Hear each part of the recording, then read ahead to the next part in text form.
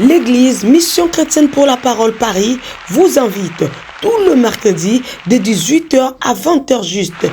Culte d'intercession et délivrance. Le bonheur et la grâce seront là pour ouvrir les portes. Le bonheur et la grâce seront là pour multiplier les faveurs des hommes et des dieux. Le bonheur et la grâce sont là pour t'étendre. Pour étendre tes limites. Tous les dimanches de 12h à 15h30. Culte d'adoration. Donc, ensemble. Ceux qui craignent Dieu. Dieu. Conférence téléphonique, prière de champions, lundi, mardi, jeudi et vendredi de 21h30 à 22h30. Si l'église ne prie pas, si vous ne priez pas, il y a des victoires que vous ne saurez pas. Conférence téléphonique, prière matinale du lundi au samedi, 5h juste à 5h45. Composez les 01 59 42 30 53. Je répète, 01 59 42 30 53 et laissez-vous guider. Même si elle tarde, je prierai, je ne bougerai pas. Nous sommes situés au 38 rue de Goulet à Aubervilliers, la salle David, porte David. Soyez les bienvenus. Shalom. Gloire à Jésus. Je fais confiance en Dieu. Le Seigneur qui nous inspire, le Seigneur qui révèle sa vérité à son peuple. Je prie que ton cœur soit réceptif, afin que tu reçoives la connaissance, afin que tu reçoives la vérité, au nom de Jésus-Christ. Je bénis la présence de chacun de nous ici. Comme le pasteur a dit tout de suite là, ce n'est pas le réveil qui nous a réveillés, mais c'est la grâce de Dieu, c'est le souffle de vie que nous avons reçu de lui. C'est une grâce d'avoir part au culte de ce dimanche. C'est une grâce que nous avons de la part de Dieu, parce que beaucoup sont dans des distractions, beaucoup sont dans des endroits honteux, beaucoup ne connaissent pas Dieu. Mais toi, tu es son élu, tu es son peuple, son mise à part, sa mise à part. Et Dieu t'a appelé dans sa présence cet après-midi, raison pour laquelle nous voulons lui dire encore une fois de plus merci. Dis simplement merci. Dis un peu plus fort merci. Merci. Alléluia. Est-ce qu'on peut me donner un micro qui est un peu plus élevé? Parce que là, je ne pense pas que je vais crier. Alors, nous voulons dire merci à notre Dieu qui nous a donné la part, qui nous a donné part à sa parole. Et je fais confiance au Saint-Esprit, à son onction. Que Dieu bénisse cette parole d'aujourd'hui, que Dieu bénisse les cœurs de tout un chacun de nous, que Dieu nous donne la grâce de comprendre ce qui sera le message qui va sortir de son trône. Nous voulons encore une fois de plus honorer la parole de Dieu là où vous êtes, vous pouvez vous lever et nous allons commencer notre lecture. Nous sommes dans les Jean au chapitre 4. Nous sommes dans le livre des Jean chapitre 4. Nous allons commencer au verset 4 également. Jean chapitre 4 verset 4, nous lisons pour la gloire de Dieu. Comme il fallait qu'il passe par la Samarie, donc c'est Jésus. Comme il fallait que Jésus passe par la Samarie, il arriva dans une ville de Samarie nommée Sichar, près du champ que Jacob avait donné à Joseph son fils. Là, il s'est trouvé le puits de Jacob.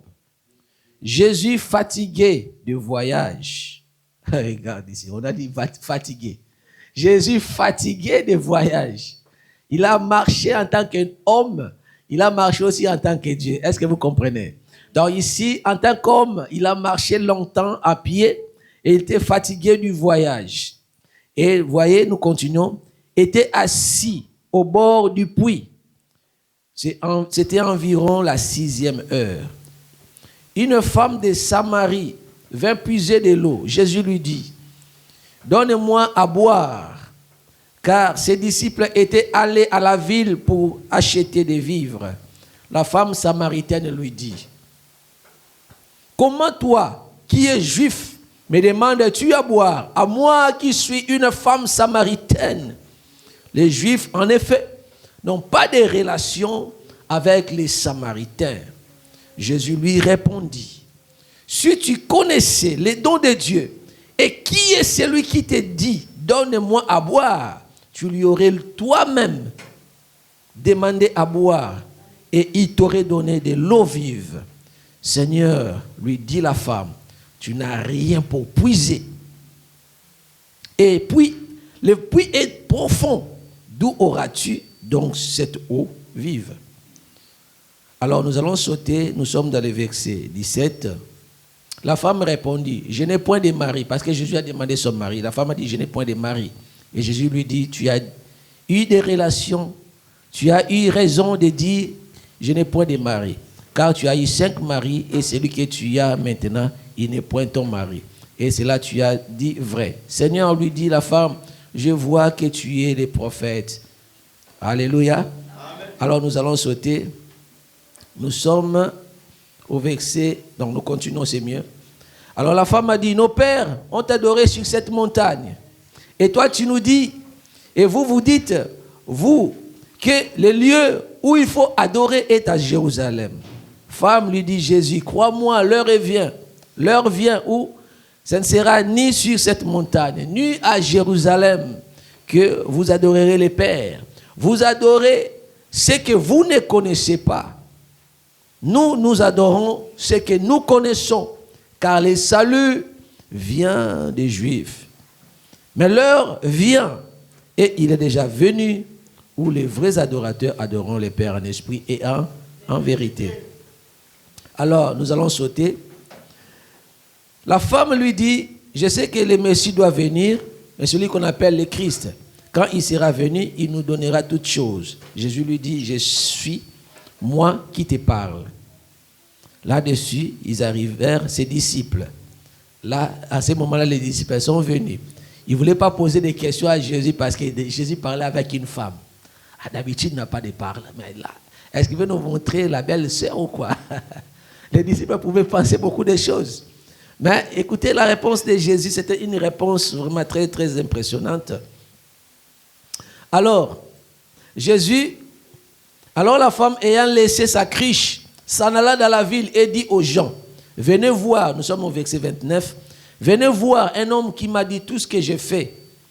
Ce ne serait point le Christ. Ils sortirent de la ville et ils vinrent vers lui. Pendant ce temps, les disciples les pressèrent à manger, disant, Rabbi, mange. Mais il leur a répondu, j'ai à manger une nourriture que vous ne connaissez pas. Amen. La parole du Seigneur.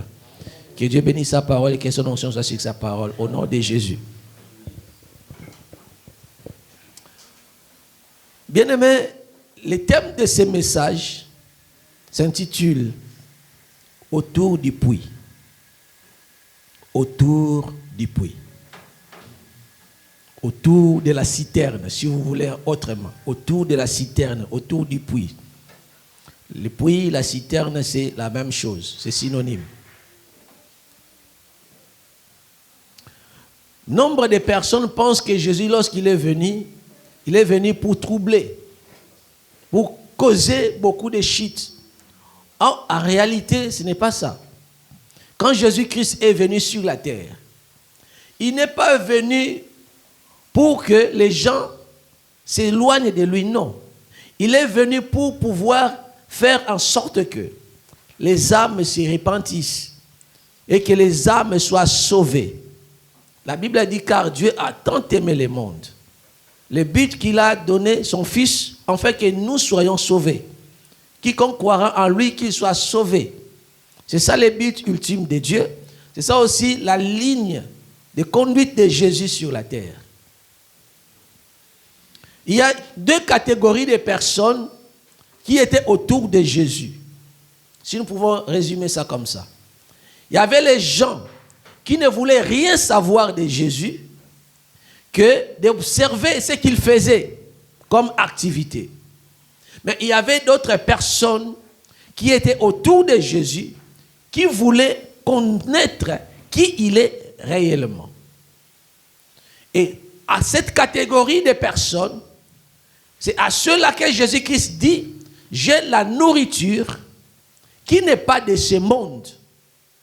À ces gens-là, Jésus-Christ, il a exprimé sa volonté de demeurer en eux. Mais dans la foule voulait seulement voir les spectacles. La foule voulait voir des choses qui impressionnent. La foule voulait voir les côtés extraordinaires, les côtés surnaturels. Mais il ne voulait pas aller plus loin pour connaître qui il est réellement. Et vous allez voir autour du puits, la femme qui était là, elle était samaritaine. Elle a dit, moi je suis samaritaine, toi tu es juif. La Samarie, les Samaritains et les Juifs, c'est un même peuple. Mais depuis le temps où Salomon a commis le péché, Dieu lui a dit, je vais scinder le royaume en deux. Le royaume sera partagé en deux. Après que Salomon a commis beaucoup de péchés, beaucoup de fautes, Dieu a dit, je ne vais pas retirer la royauté comme j'ai fait à Saül, à cause de l'alliance que j'ai traitée avec ton père David. Bien aimé, il est important de faire des alliances. Amen. Il faut être une personne des alliances. Si ce n'est pas Dieu qui a fait l'alliance, mais toi aussi tu peux faire l'alliance avec Dieu. Fais ton alliance avec Dieu. Tu dis, Seigneur, je vais faire ça. Je vais faire ça. Je vais faire ça. Si toi tu fais ta part, Dieu fera sa part. Alléluia. Il faut que tu sois un homme d'alliance. Cette même alliance-là va combattre pour tes enfants. Même si ton enfant arrive à quitter le droit chemin, Dieu peut les ramener à cause de l'alliance des parents. Est-ce que vous le savez? Est-ce que vous le savez?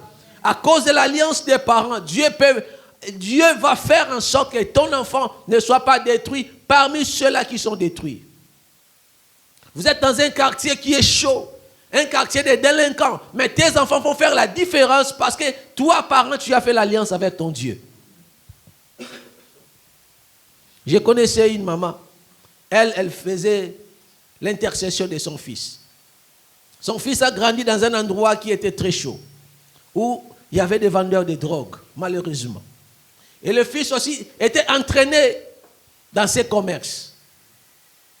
La maman, elle était toujours là. Tu sais, quand les fils grandissent, ils deviennent plus costauds, plus grands. Des fois, ils regardent les parents comme ça. Ah, ma petite maman. Elle te regarde comme ça. Et surtout que sa maman, elle était courte. De petite taille. Et les garçons regardaient comme ça. Ma petite maman, qu'est-ce que tu vas me montrer? Donc, les enfants pensent qu'ils connaissent plus que les parents. Alors, il est allé, malheureusement, dans ces groupes il est allé directement faire des choses que les autres, qu'il voyait les autres faire autour de lui. Et alors qu'il était enfoncé, il était allé plus loin dans ces mauvais commerces, sa maman était toujours là pour pleurer, pour demander à Dieu sa conversion. Jusqu'à un jour où le pire fut venu. On l'a fusillé. Mais sa vie n'était pas prise à cause de la prière de sa maman. Alléluia. Amen. Et c'est le moment où le Seigneur s'est souvenu de ses prières. Même si les coups qu'il a reçus dans son corps étaient vraiment des tirs fatals. Mais à cause de la prière de sa maman, l'enfant survécut. Et après qu'il soit sorti de l'hôpital, directement converti avec une grande Bible. Alléluia. Dieu se souvient de l'alliance que tu fais. Parent, fais l'alliance avec Dieu. Il va se souvenir de cette alliance. Et Dieu s'est souvenu de l'alliance qu'il a faite avec David. Il a dit, à cause de David, je ne vais pas retirer la royauté, comme j'ai fait à Saül. Mais seulement je vais scinder le royaume à Dieu. Et le royaume fut séparé au moment où Salomon était mort. Son fils Roboam a pris la royauté, et vous avez vu, il y a eu le règne de Roboam, il a pris la partie qui était la partie de Juda. Il y avait Jéroboam qui a pris la partie qui est Israël. Donc c'était devenu deux pays. Comme nous voyons aujourd'hui, la France est séparée avec Monaco. Monaco est en France, mais Monaco c'est un royaume. une principauté. Il y a un roi là-bas. Alléluia. Il y a un roi là-bas. Donc, Israël sa capitale était Samarie et les habitants étaient appelés des Samaritains. Ce qui est tout à fait logique. Ils étaient Samaritains. Alors, comme Jéroboam et la succession de tous les rois ne voulaient pas que le peuple retourne à Jérusalem pour aller prier, ils ont fait des lieux d'imagination, des montagnes, des collines, où ils ont érigé des statues pour pouvoir pousser le peuple à aller idolâtrer. Et ces peuples étaient des idolâtres. Ils ne connaissaient pas les véritables. Mais il y avait aussi des bouches à l'oreille, des messages des parents qui descendaient jusqu'à des générations qui succédaient. Et vous allez voir, cette femme-là a dit non, vous les Juifs, vous dites il faut prier au temple, en Jérusalem. Mais nous prions sur la montagne. Cette montagne, c'est une montagne qui nous a été laissée par notre père Jacob. Et là, maintenant, elle donne une référence commune. Donc, leur père Jacob. Les Juifs aussi, Jacob. Et aussi Jacob. Donc, ils étaient dans une famille. Mais après le temps, ils se sont séparés. Est-ce que vous voyez? Est-ce que vous êtes là? Ils se sont séparés comme ça. Mais les Juifs sont restés avec les temples, avec les vrais cultes, avec les sacrificateurs qui étaient vrais, descendants d'Aaron. Ils sont restés comme ça, avec les vrais cultes, avec les vrais enseignements, les commandements qui sont descendus, qui étaient promulgués par Moïse, inspirés par Dieu, tout droit, qui vient du trône de Dieu. Les Juifs étaient éduqués comme ça. Ils ont appris la vérité. Ils ont connu que le Messie viendrait. Et aussi, ils avaient cette même connaissance que le Messie viendrait. Et cette femme est en train de dire, nous savons que le Messie viendra. Moi, je suis dans les puits, en train de puiser de l'eau. Mais toi, tu me demandes de l'eau. On n'a pas de relation entre vous et nous. Il n'y a pas de relation. Il n'y a pas de relation. Bien, mais dans la vie, il faut soigner des rencontres que tu fais avec les gens. Tu ne sais pas qui va bénir ta vie. Tu ne sais pas qui va changer ta vie. Tu ne sais pas qui va transformer ta vie. Quand tu fais des rencontres, quand tu fais des relations, il faut bien les faire. Il faut bien les soigner. Et il ne faut pas faire des barrières. La femme, elle était là. Si cette femme-là, c'est limité en disant que non, il n'y a pas de relation, tout court et retire-toi de moi. Cette femme serait morte. Cette femme serait détruite. Mais la femme, elle était ouverte quand même en dialogue. Alléluia. Elle a parlé, elle a dit, nous n'avons pas de relation. Elle a dit, nous n'avons pas de contact avec vous. Mais pourquoi tu me demandes de l'eau? La femme, elle était aussi curieuse. Pourquoi tu me demandes de l'eau? Moi, je ne sais pas. Mais moi, je suis une femme. Mais pourquoi toi, tu viens vers moi? Pour me demander aussi de l'eau. Et la Bible nous dit ici, Jésus, comme il était fatigué du voyage, autour du puits, les disciples n'étaient pas là. Voyez l'environnement dans lequel se trouvait Jésus, en train de converser avec la femme, autour du puits. Ce qui est le message de cet après-midi. La femme était là, en train de puiser de l'eau. La femme était là, en train de chercher quelque chose pour assouvir sa soif. Elle avait soif. Et Jésus aussi était fatigué. Mais Jésus aussi, il avait soif et faim. Parce qu'il voulait manger quelque chose. Les disciples sont allés dans la ville pour chercher les vivres, pour chercher la nourriture. Parce que Jésus voulait manger quelque chose. Je vais rappeler au peuple de Dieu ici que la femme, si elle avait mis une barrière entre elle et Jésus, sa vie serait détruite. Sa vie serait nulle. La femme avait une mauvaise vie. La femme vivait mari après mari. Elle n'avait pas une vie intime stable. Elle n'avait pas une vie intime équilibrée. C'est une femme, si on peut dire, je peux dire quelque part, elle n'avait pas vraiment la chance du mariage. Son mariage était combattu. Si toi tu me suis là, tu as les cas comme cette femme-là, j'ai pris que ton mariage soit stable au nom de Jésus. Son mariage était combattu. Elle a compté des maris. Elle a compté des époux. Et il n'y avait pas eu de stabilité. Sa vie était une vie qui n'était pas bien. Les gens la regardaient avec un mauvais œil. Les gens la regardaient avec mépris. C'est pourquoi cette femme ne pouvait pas sortir au même moment que les autres filles du village. Elle ne pouvait pas sortir au même moment que ses copines du village. Mais elle a choisi le soir. Parce qu'en ce moment-là, elle sera seule autour du puits. Mais gloire à Dieu, même si tu es resté seul, les gens ne veulent pas te voir. Les gens ne veulent pas te considérer. Il y a une personne qui te considère. Son nom, c'est Jésus-Christ de Nazareth. Il y a cet homme-là qui s'intéresse à toi. Même si les hommes ne s'intéressent plus à toi. Même si le monde qui est autour de toi ne s'intéresse plus à toi. Je suis en train de te dire, il y a une personne qui s'intéresse à toi. Son nom, c'est Jésus-Christ de Nazareth. Tu as du prix devant lui. Même si les autres ne te regardent comme si tu es vil, tu n'as pas de prix, tu n'as pas de valeur. Mais devant les hommes, c'est leur perception, c'est leur mentalité, c'est leur connaissance. Mais laisse-moi te dire, tu as du prix devant celui qui est mort pour toi. Tu as du prix devant celui qui a mis sa vie en péril, qui a donné son sang pour toi. Tu as du prix devant ce Dieu. Tu as de la valeur. Considère-toi un homme de valeur, une femme de valeur. Les autres qui te méprisent, c'est leur perception. Mais ne te laisse pas regarder ta vie comme eux te regardent. Estime-toi heureux parce que Dieu te connaît. Et tu as Dieu le plus grand qui est en toi. Et tu as de la valeur. La Bible nous dit ici, cette femme-là a commencé à recevoir des paroles, des connaissances. Femme, toi, si tu ne me donnes pas de l'eau, regarde-toi. Toi, tu penses que cette eau-là va m'assouvir.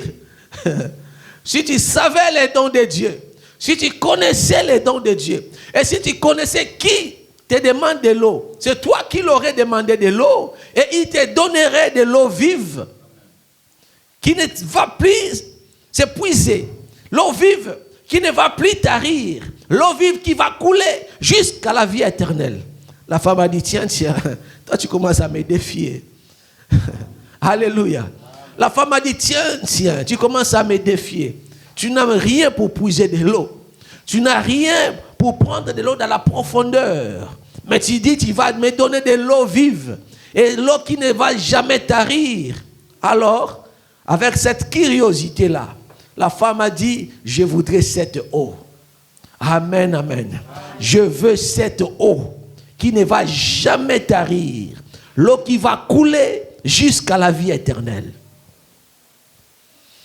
La femme a dit, ça commence à me dépasser. Ça commence à aller au-delà de ma connaissance.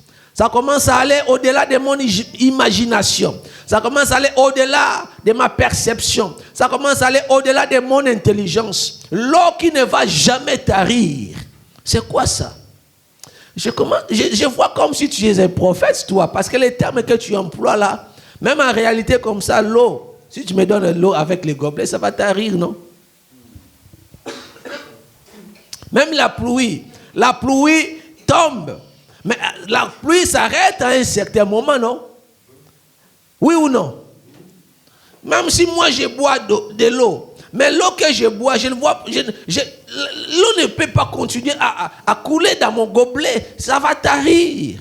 La femme a imaginé, elle a pensé, elle a réfléchi. Elle a dit, je commence à voir. Je vois comme si toi tu es un prophète. Parce que les termes que tu utilises là, c'est un terme qui est logiquement comme ça, c'est impossible. L'eau tarit. Ce que tu me donnes là, ça va tarir, ça va s'arrêter. Même si tu me donnes 20 litres, ça va finir. J'aurai aussi besoin de notre 20 litres. Quel est ce récipient qui va contenir de l'eau, qui va couler jusqu'à la vie éternelle, qui ne va jamais tarir? La femme a dit non, tiens, ça c'est au-delà de ma perception. Dieu fait au-delà de ta pensée. Les pensées de l'Éternel ne sont pas tes pensées. Les voies de l'Éternel ne sont pas tes voies. Tel que tu penses là, Dieu ne pense pas comme ça. Et la femme, elle était sincère, elle a dit, je ne comprends pas. Mais toi, je vois comme si tu es un prophète. Nos parents ont adoré ici sur cette montagne. Mais vous, les Juifs, vous dites qu'il faut adorer à Jérusalem. Il faut adorer à Jérusalem. Et moi, j'aime Jésus. Jésus, il n'était pas un conformiste. Lorsqu'il est venu, il a tout chamboulé, il a tout détruit. Il a renversé les bases qui étaient établies. Bien, mais il y a des bases qui sont établies. Parfois, il y a des bases qui sont établies par des hommes. Il y a des fondements qui sont établis. Des fois, ce sont des fondements qui sont établis par des hommes. Bien entendu, Dieu leur a dit, il faut adorer à Jérusalem. La femme n'avait pas tort. La femme, elle avait totalement raison.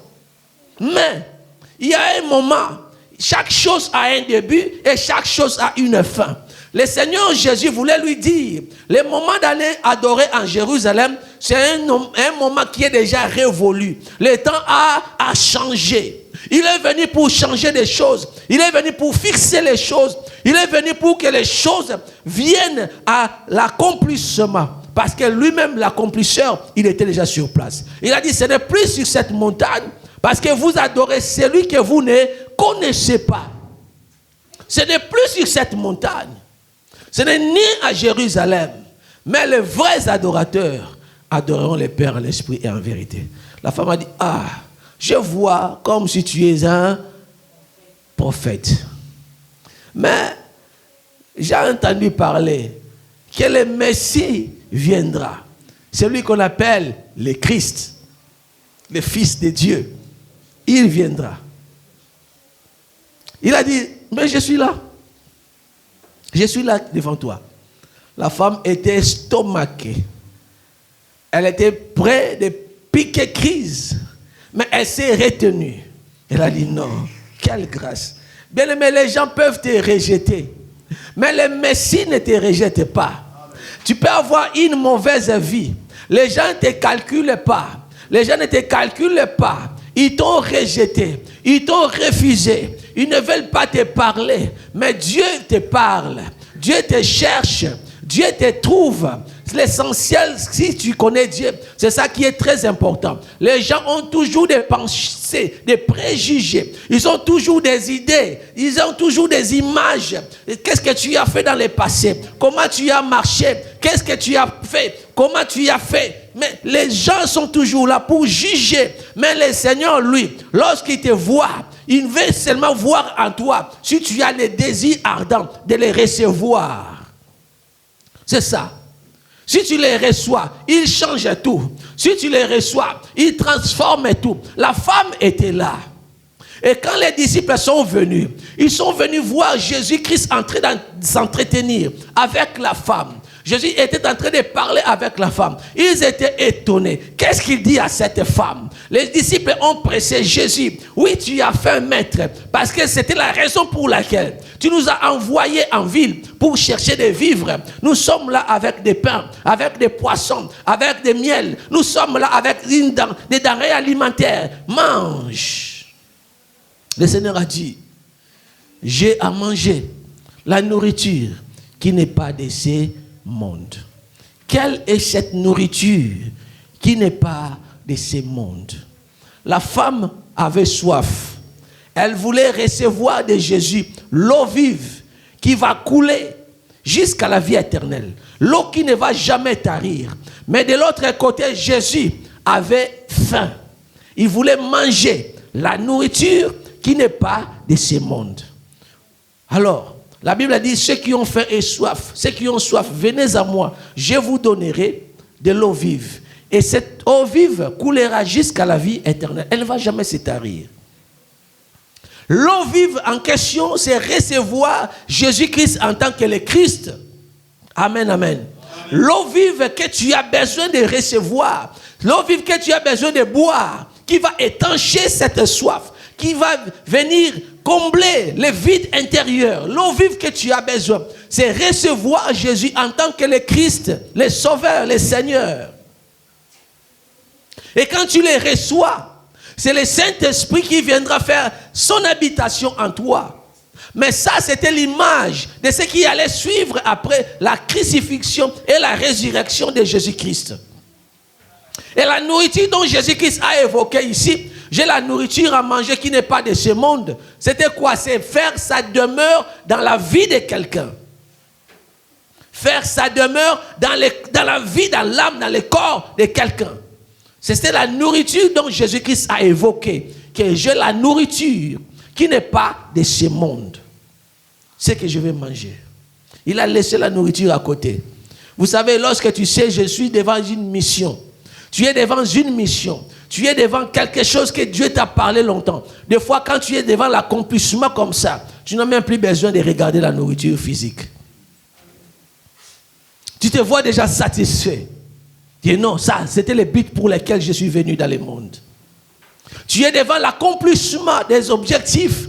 Tu es très content. Tu dis, yes, ça c'est l'objectif pour lequel j'ai combattu longtemps.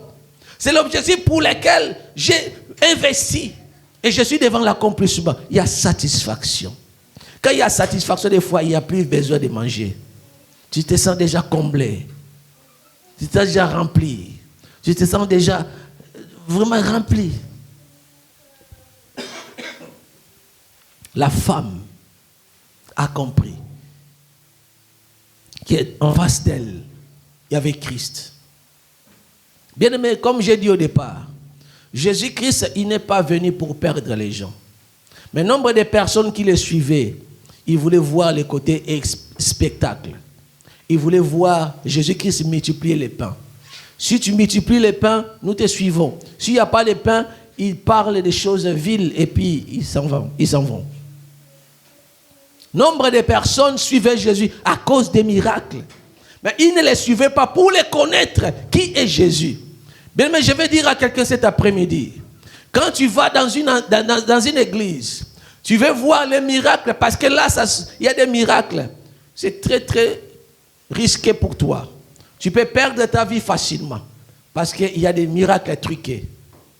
Est-ce que vous me suivez? Si tu suis quelqu'un à cause de ce qu'il dit, à cause des paroles de connaissance, à cause des prophéties, c'est fort possible, c'est vraiment risqué, parce que tu peux laisser ta peau. Nombre de personnes cherchent à impressionner par des miracles et des prophéties pour pouvoir tirer des vies vers les bas, capturer les âmes pour les amener en enfer.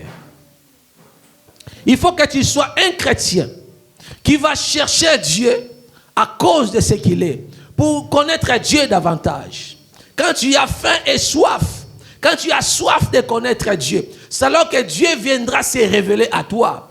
Donc, que la femme a manifesté sa soif, elle a dit, Seigneur, donne-moi cette eau. C'est alors que Jésus est venu maintenant, Jésus est arrivé au point de se montrer à la femme, de se révéler à la femme. Lorsque tu vas jusqu'à ce que tu vas manifester la soif, c'est alors que Dieu va te parler. Jusqu'à ce que tu vas manifester le désir ardent de connaître Dieu, il va te dire ce qu'il est. Il faut que tu manifestes ce désir ardent. La femme a manifesté ce désir ardent. La femme a dit, je veux cette eau.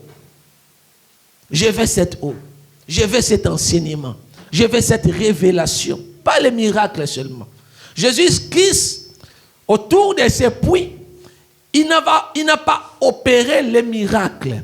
Autour de ces puits, c'était la manifestation, c'était la révélation de sa vraie identité.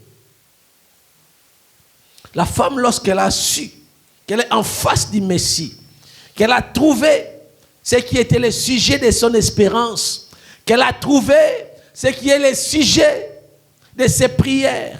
Même si elle était en Samarie, mais elle avait quand même une perception qui était différente. Elle disait, les montagnes ici, nous venons prier. Mais nous savons, on nous a dit, il y a le Messie qui viendra. Elle était là. Mais ne soyez pas trop vite à juger les gens. Amen. Il y a d'autres personnes que vous voyez aujourd'hui avec une mauvaise vie. Mais ce sont des candidats pour l'éternité dans le paradis de Dieu. Amen. Il y a d'autres personnes que vous rejetez, vous dites non, il est sale, sa vie est sale. Ne soyons pas des chrétiens qui rejettent, mais soyons des chrétiens qui intercèdent pour les autres.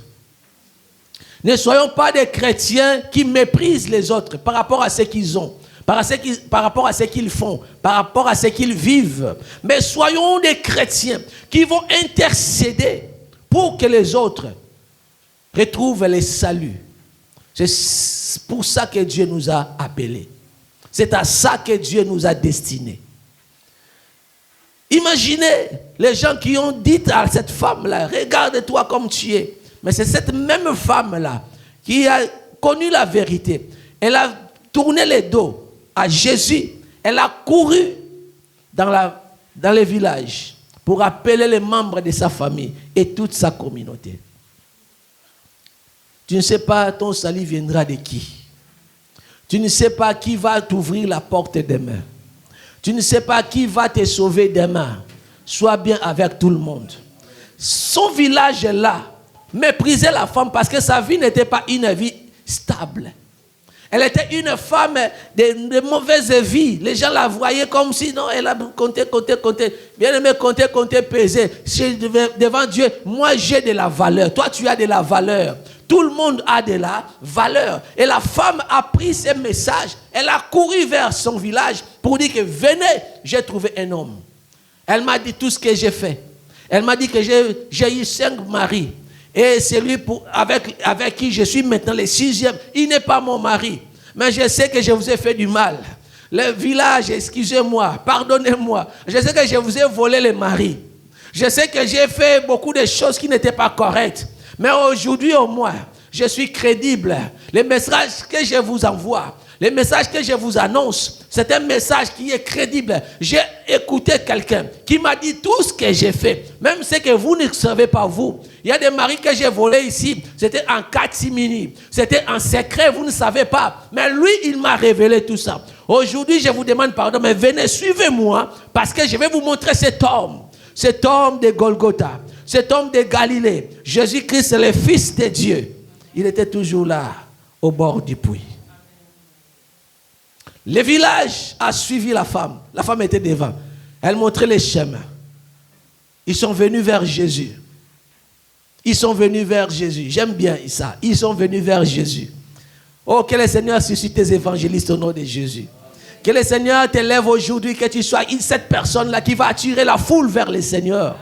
Que le Seigneur t'utilise afin que tu sois le canal par lesquels le Seigneur va amener beaucoup de personnes dans son royaume. Que le Seigneur t'utilise, que tu sois cette bouche-là qui va convaincre des cœurs, qui va les persuader, qui va les convaincre afin de suivre la voie de l'Éternel. La femme les a montré le Christ. Et le village a écouté Jésus. Jésus n'a pas opéré des miracles là-bas. Jésus a parlé. Il a parlé. Les gens étaient convaincus. Les gens ont écouté. Et ils ont su le Messie est devant eux. Il n'a pas fait les miracles. Là où les gens manifestent les désirs ardents, Dieu aussi se manifeste. Si tu as un désir ardent, Dieu va se manifester à toi. Tu les cherches avec un désir ardent, avec une soif, avec une faim. Le Seigneur va se révéler à toi.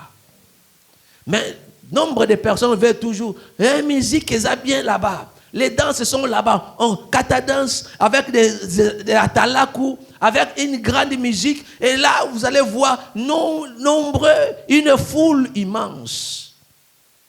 Oui, la foule suivait Jésus. Jésus avait 72 disciples. Les disciples ont dit, tes paroles sont dures. Qui peuvent les entendre? Ils sont partis. 60 sont partis. 12 sont restés. Il a posé la question à 12. Mais pourquoi vous n'êtes pas partis? Pierre a répondu. Nous savons que toi, tu as la parole de la vie. Nous n'avons pas nulle part pour aller. Parce que toi, tu as la parole de la vie. Pierre n'a pas regardé le côté miracle, mais le côté parole, la révélation. Et vous allez voir, les 12 qui sont restés, ils avaient un comportement différent. Parce que si vous dites que la parole est difficile, mais ne désertez pas. Le comportement est difficile, mais il ne vous insulte pas. Il ne vous manque pas du respect. Il vous considère. Mais restez, au moins posez des questions. Seigneur, qu'est-ce que tu veux dire ici? Pasteur, qu'est-ce que tu veux dire ici? Rabbi, qu'est-ce que tu veux dire ici? Il va vous expliquer. Il va vous révéler. Et quand les 60 sont partis, ils n'avaient pas cette culture-là. Ils n'avaient pas ces comportements. Ils sont partis, ils se sont barrés comme ça. Ils ont plié bagages, pouf, ils sont partis. Jésus n'a pas pleuré sur eux. Il les a regardés. Oh, les pauvres hommes. Amen, amen. Il les a laissés partir. Mais les 12, vous allez voir, leur comportement était différent. À chaque fois qu'ils écoutaient des choses difficiles, au moment où ils sont en aparté avec Jésus, ils posaient des questions. Seigneur, qu'est-ce que tu voulais dire là-bas? Il va dire non. Les bons, comment? La parabole veut dire ceci, cela. Ils les expliquaient ça. Les semeurs, qu'est-ce que tu voulais dire par les semeurs? Tu as dit, une personne est venue semer des graines, tout ça, il a jeté dans la route, il a jeté sur les pierres, il a jeté sur les épines, il a jeté sur la bonne terre. Mais qu'est-ce que tu veux dire par là? Les peuples ne connaissaient, la foule ne connaissait pas. Parce que la foule, cela ne les intéressait pas. La foule s'intéresse aux miracles. La foule s'intéresse à la multiplication des pains. S'il y a multiplication des pains, ouais, ou mais là, ils viendront te chercher demain pour te faire roi. Yo vanda, parce que yo laisse ça, bien. Ils veulent les choses matérielles, mais pas des choses spirituelles. Et Jésus-Christ leur a dit, il faut travailler pour des choses qui sont spirituelles, parce que ces choses spirituelles ne sont pas périssables. Mais vous travaillez pour des choses périssables. C'est là où se trouvent les problèmes. Tu vas à l'église, là peut-être je vais trouver un mari pour me marier. You are foolish. Alléluia. Amen. Tu vas à l'église. C'est bien à l'église, Dieu va te donner un mari. Oui, je veux bien. Mais tout d'abord, cherche le royaume des cieux. Trouve l'intérêt pourquoi tu es là. Connais Jésus.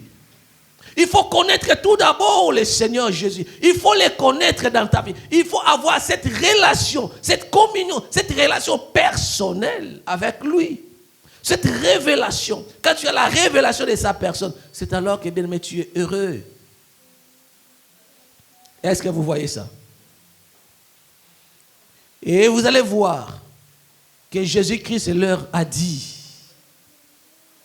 qu'il faut travailler pour des choses qui sont de durée éternelle. Pas travailler pour des choses périssables. Les disciples qui sont restés avec Jésus avaient le comportement de poser des questions. Tu ne comprends pas, pose la question. Mais tu te barres comme ça sans poser des questions. Ah, I let you go. No problem. La vie que Zachée a menée était une vie qui était malheureuse. Une vie qui n'était pas bien. La vie qu'a menée Zachée, c'était une vie d'extorsion. Une vie de vol. Mais le jour où Zachée a vu le cortège de Jésus, Zachée, il a couru, il a monté sur l'arbre de sycomore. Zachée a laissé tout le monde par terre. Il a laissé la foule. Je vais vous dire une chose qui peut peut-être vous choquer. Vous savez, Jésus-Christ dans la foule, les gens les bousculaient. Mais il y avait d'autres personnes qui les bousculaient différemment. Le jour où la femme qui était à tête de perte de sang l'a touchée, elle a dit, quelqu'un m'a touché. Les disciples qui étaient là, Seigneur, mais regarde, nous sommes au milieu de la foule. Qu'est-ce que tu veux dire par là? Les gens te bousculent, ils nous bousculent même nous. L'autre là m'a fait même croc à jambe, j'ai failli tomber. Alléluia. Mais toi tu dis quelqu'un t'a touché, il t'a touché. Oui, quelqu'un m'a touché, il m'a touché autrement. J'ai senti un pouvoir sortir de mon corps. C'est cette personne-là qui vient avec un désir ardent. Naïe pour quelque chose. Oh, ce qui est spirituel. Je viens pour recevoir quelque chose qui est spirituel, pas immatériel. Toi, tu es là pour regarder. Oh, il a guéri les aveugles. Toi, tu es là. Tu es en train de suivre Jésus. Même si tu es malade, même si tu as des problèmes, viens auprès du Seigneur, tout d'abord pour le royaume des cieux. Si Dieu veut te guérir pour cette maladie, il va te guérir parce que c'est son besoin que tu sois en bonne santé. C'est son désir, c'est sa volonté que tu sois en bonne santé. Mais tout d'abord, viens pour le royaume des cieux. Pour ton âme, pour le salut de ton âme. Tu as besoin que Dieu te délivre. Tu as besoin que Dieu te donne le mariage. Tu as besoin que Dieu te sauve. Oui, ce n'est pas mauvais. Il faut désirer quelque chose. Mais tout d'abord, ton désir ardent doit être le salut de ton âme. Aujourd'hui, si nous mourons, si le Seigneur retourne, il vient pour chercher son église, tout ce que nous poursuivons comme matériel, ça sera plus utilisé. Ça sera plus important. Ça sera plus attrayant. C'est fini. Nous changeons de vie. Les matériels, c'est fini. On n'aura plus besoin. Mais il faut penser à ça. Mais ton âme à toi continuera à vivre. Et ton éternité sera où? Cherche d'abord Dieu. Et Dieu va se révéler à toi. C'est alors que tu seras une personne qui sera heureuse. Est-ce que vous le pensez? Est-ce que vous le voyez? C'est comme ça que Jésus-Christ a vu Zachée monter sur Sycomore. Il a dit, Zachée, descends. Et là, vous êtes dans le livre de Luc au chapitre 19. Vous pouvez lire ça à la maison. Zachée descend. Zachée est descendu. Les gens murmurent toujours. Ah, Zachée, voleur. C'est vraiment un voleur, un économiste voleur. Ministre de l'économie, voleur. C'est lui qui fait des détournements comme ça. Et le Seigneur veut aller... Hey. Vraiment. Les gens pouvaient calomnier. Ils pouvaient parler méchamment de Jésus. Mais je vous ai dit au départ, Jésus, ce qui l'intéresse, c'est le désir ardent. Même si quelqu'un est voleur, assassin, je ne sais pas qui, le désir ardent, si ce désir ardent est dans ce cœurs-là, Jésus va te voir. Tu vas faire rencontre avec Jésus-Christ. La femme qui était autour du puits, la femme avait un désir ardent, la soif, le Messie, de connaître le Messie. Et Jésus s'est révélé à elle. Et Zachée, il voulait voir Jésus. Il a fait beaucoup d'efforts, beaucoup d'acrobaties, jusqu'à grimper l'arbre. Il a pris risque de sa vie, au péril de sa vie. Il est allé au niveau le plus haut pour surmonter tout le monde, pour regarder. Et quand tu vas monter à la hauteur que tu vas voir tout ce qui est panorama de l'endroit du lieu, il voulait voir Jésus. Alléluia. Il faut monter en prière. Il faut monter en jeûne. Il faut monter avec le niveau de la soif pour que Dieu se révèle à toi. Il faut monter. Zachée est monté. Zachée est monté sur une hauteur élevée. Bien, mais quand tu montes sur une hauteur élevée, c'est alors que tu auras le panorama de la ville. Amen, amen. Tu sais, si tu montes sur la tour Eiffel, tu vas voir tout Paris, non? Oui ou non? Vous allez le voir. Vous allez le voir. Tu montes sur l'échangeur. À l'Imité, tu vas voir la splendeur. Tu vas voir la mastodonte splendeur, vie de Kinshasa. Tu vas voir ça, Kinshasa la belle. Hello Makasi, Oumela. I love you. Amen. Quand tu montes à la hauteur, tu vas voir cette panorama de la ville, la grandeur, son immense, ses limites. Tu vas voir. Tu vas voir ça. Il est monté en prière. Il est monté en hauteur. Selon la forme, nous avons vu, il est monté sur un arbre. Mais dans le fond, nous comprenons qu'il a fait beaucoup d'efforts pour voir Jésus. Parce qu'il était désespéré de sa vie. Il était désespéré de sa vie. Même s'il volait, il était désespéré de cette situation. Non, il était désespéré. Il avait une joie de façade, mais ce n'était pas une vraie. Bien, mais peut-être tu peux avoir une joie, mais cette joie-là, c'est une joie de façade.